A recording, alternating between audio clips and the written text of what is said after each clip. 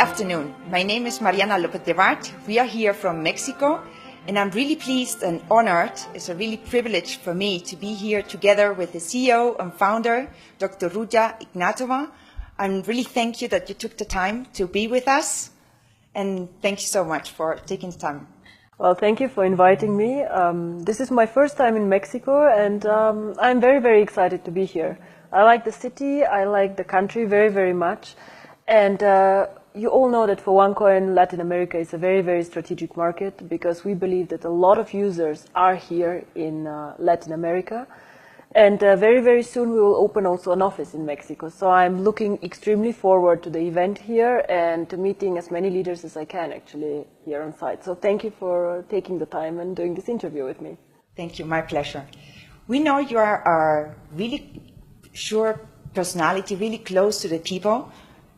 Mostly from the other cryptocurrency owners, nobody knows who they are. And you, from the first day, you are there, you are really approachable. And we can see you in events, we can see you in meetings. We even saw you and you took the time with us in the head office in Sofia. The purpose also of this interview is that we know a little more about Dr. Ruja Ignatova. We want to know a little bit more about the face and the heart of OneCoin, the cryptocurrency which is revolutionizing the world. Well, I don't think I'm so interesting, but let's see what you want to know. Okay, let's go. Why did you actually choose to be a public personality instead of hiding like other people, like Bitcoin founder, for example? I think why we chose to go this way is because OneCoin is different from Bitcoin. I always say we're very grateful to Bitcoin for being the pioneer in the industry and actually to inventing the blockchain, inventing this concept. But when I started to think about cryptocurrency, I wanted to create a cryptocurrency for the mass market, for everyone. And I believe if you create something good and if you create something big, you not only don't need to be ashamed, but you also don't need to hide. We are very, very proud of our work. We, when I say we, I mean the whole team, the whole, I believe also the whole 2.5 million people who are with us. So how can I expect people to go out and to speak about OneCoin if I would hide and not speak about OneCoin? I'm very proud of what we have created. I am still very pleasantly surprised of the success that we have, and I believe it was the right time for the right idea. And OneCoin is known to be a transparent cryptocurrency and to be an approachable, trustworthy cryptocurrency. And I don't think we would have been where we are if the currency would have no face, if people could not ask questions, if people would not know who we are. Exactly, exactly. The Brexit and the following collapse of the pound is a clear example how fragile our financial system is. Mm-hmm. Where do you think this current financial system is going to? Well, we need a financial system, and we need the traditional banks. So traditional banks will never go out of business. But of course, countries always go through crisis. For example, I'm from Eastern Europe. I remember how we went to huge inflation. We have countries where the government is not stable. We have countries where they have different crises. And I do not think that cryptocurrency should compete with fiat currencies.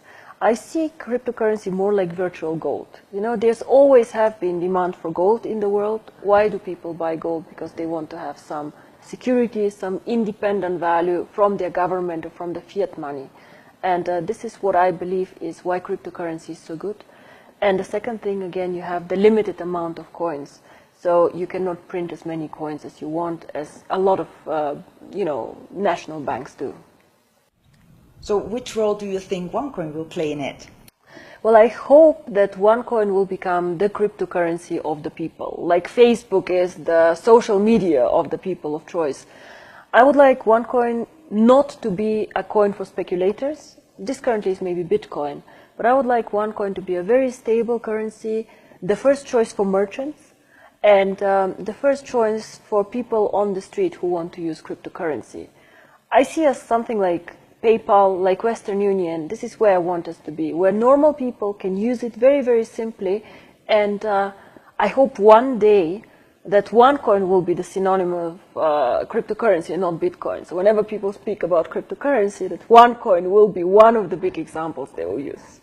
New technologies are still male-dominated industry. How does it feel to be a super boss lady in this field? Not only technology, we still live in a male-dominated society. A lot of the top jobs are actually still with men, but I see more and more women get involved in jobs like this, more and more women having fun and doing things. I, for example, like numbers a lot, yeah? So this is why I chose an industry like this. I like finance, I like numbers. I feel actually very happy to be where I am. I don't know how I would feel if I was a man, but I feel that I do the right things and things that excite me. As long as I like going to work every morning, I'll continue working. Nice. According to a recent study from the Cambridge University Economic Department, they said women tend to be more social and more humanistic vision in economics. But still, 1 of every 4 students are just women. Well, first of all, there's a choice, of course, that we as women make. What do you want to study? And a lot of us still study the softer skills and like education, arts, and so on. I believe it's important that we have equal access to education, very, very important, and somehow that we make also science touchable for girls and for women. So if you're not scared, for example, of maths or computer sciences, of course you as a girl might want to go and try it. So I believe that we as mothers also have to tell our girls that they can do whatever they want. And if they decide to do computer science, beautiful. If they decide to do education to become a teacher, still we should support them.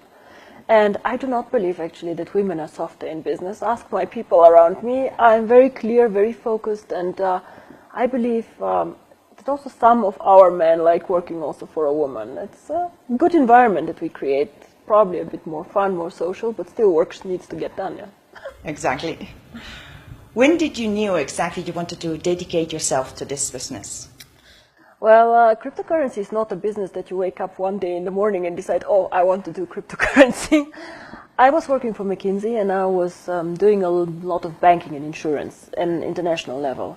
And I remember when I was reading some article, I was quite frustrated because I felt somehow everything got invented. You know, Facebook, it was invented, Google, the internet, all these cool things, you know, where people come from zero to hero, yeah, were all there and there was nothing left somehow.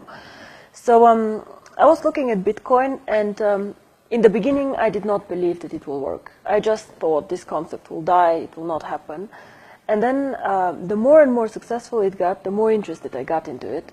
And I discovered that there are some very big advantages, but also some disadvantages. It was created, for example, before the terrorism attacks and all these things. So it also was not a mass market currency. And this was actually an opportunity that I saw and I got excited about it once I started thinking where the opportunities are.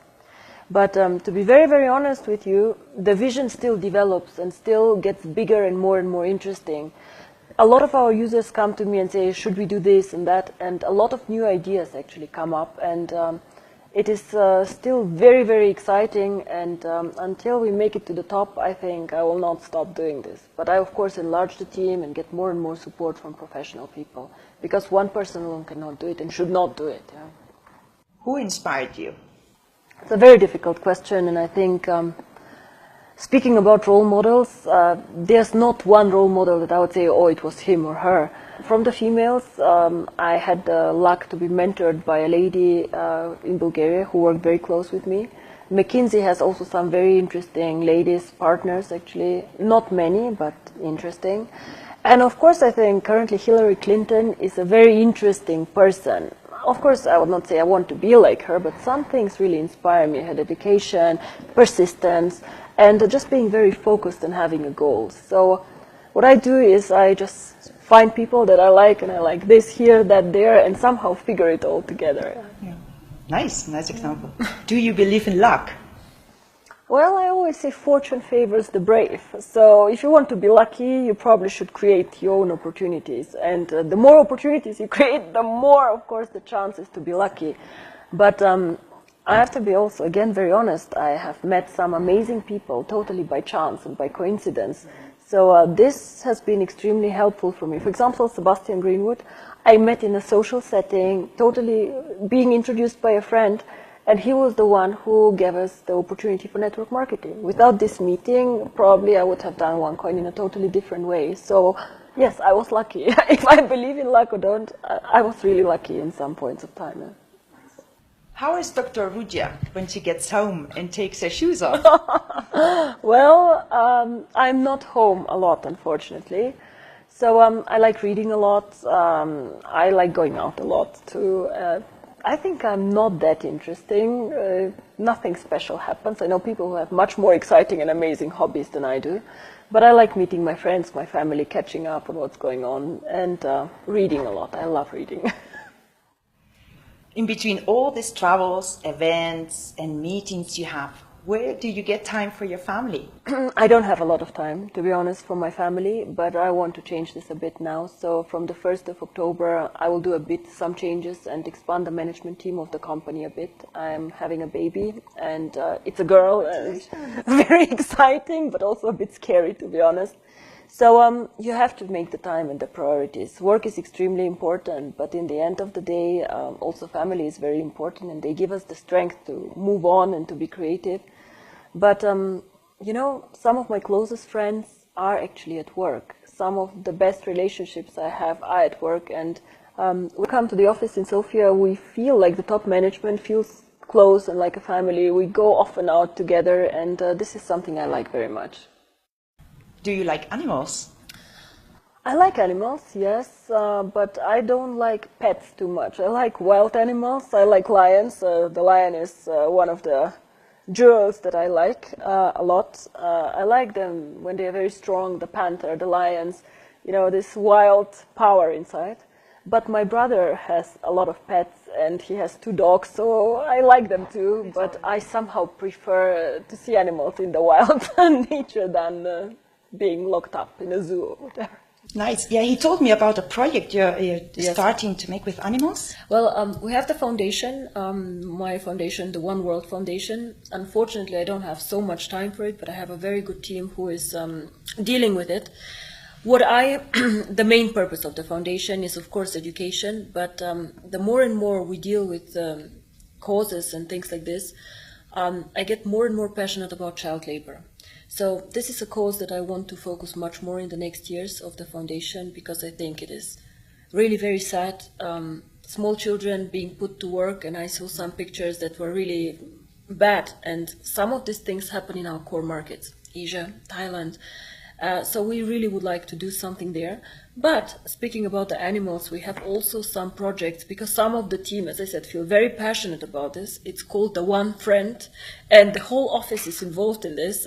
So they go and help animals in their free time. So they donate time, and we donate money. And I don't know, they have adopted several dogs and take care of a lot of animals in their free time. So we support this too. Oh, amazing. I love animals too. Yeah. Now going back to OneCoin, we keep hearing that's the future, and that's revolutionize markets, that's the future of payments. But why do you think exactly is it a revolution? The main reason I think why it is a revolution is because we have 2 billion people who are currently not banked. These people currently do not sit on the table like we are. You know, we can go and buy a nice dress out there, we can do a money transfer, whatever, but these 2 billion people cannot. So this is why I think if we use cryptocurrency to bring these people in our world, then we have created something amazing. Even if we get only 100 million of these people to the table, or 200 million, this is a huge change in their life. And this is also why I believe that OneCoin has a value. As long as you go and you change people's lives for the better, your product has a value. And this is what it is. So this is why I believe that cryptocurrency can exist out there and has actually a reason to be there. Of course, also revolutionize the world, globalization, people want to do business globally easier and faster. This is also a reason why OneCoin will work very well. But whenever I think about the big picture and the vision, I always think first of the unbanked people, then I think of the merchants who want to do business all over, And then again, we think about the unbanked who want to do remittances, send small sums. You know, if they go and want to send €100 home and somebody takes €30 away for fees, I don't believe this is fair. And this is not necessary. This is what I think.